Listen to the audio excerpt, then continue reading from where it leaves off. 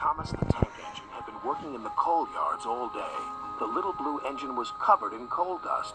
"We can't clean you up tonight, Thomas," said his driver. "There's a problem with the hose pipe." "Bother," said Thomas. "A bath would make me feel much better. The others are sure to say I look silly." But the engines were too busy arguing to notice Thomas. James was talking loudest of all.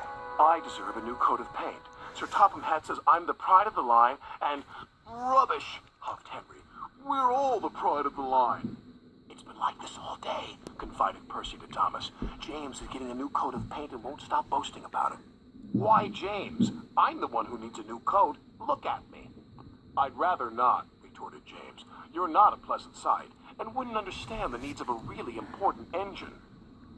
Thomas was fuming. Next morning, as James was being repainted, Henry had an accident. "If you can't push cars properly, Henry, why not talk to a tree instead? You know how much you like the forest." "As a matter of fact, Bossy Boiler, Sir Topham Hatt is inspecting the island for trees that are too close to the line. He's worried they might cause trouble." "Ha!" laughed James. "If I came upon a tree, I'd just push it aside." "Really?" Henry replied. Soon James was showing off his paintwork. "Make way for an important engine." "You wouldn't feel important if one of those trees crashed on you. You'd feel hurt," reproached Percy. "Rubbish! It wouldn't dare." "You should be careful, James. Trees can be just as powerful as engines," advised Terence. "Oh, please. Now, excuse me, Sir Topham Hatt needs me to pull the express." And he huffed away.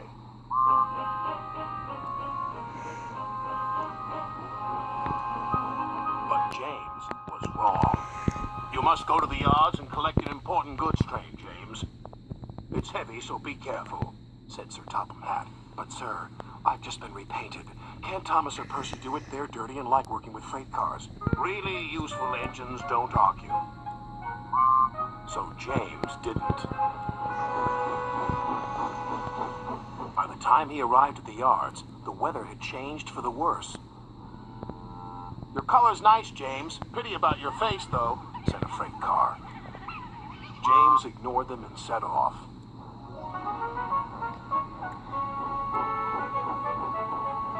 Soon they came to a hill, and his driver knew they were in for a difficult time. An old tree close to the track was being blown by the strong winds, and the rain had weakened the slope. All of a sudden, the tree moved.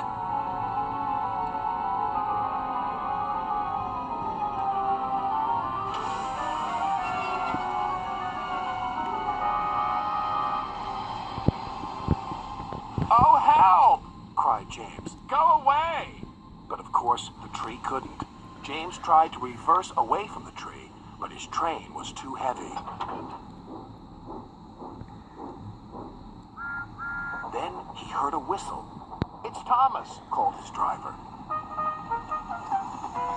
James felt embarrassed and worried that Thomas would laugh at him, but Thomas didn't. He knew this was no time for teasing. "Beep, beep." "I'm ready," whistled Thomas. "So am I," replied James. "As ready as I'll ever be." They were just in time.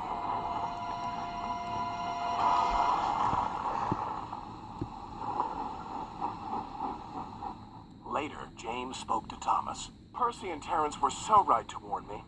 Thank you for rescuing me, Thomas." "Oh, that's all right. We engines must pull together, whatever the weather." Just then, Edward bustled in.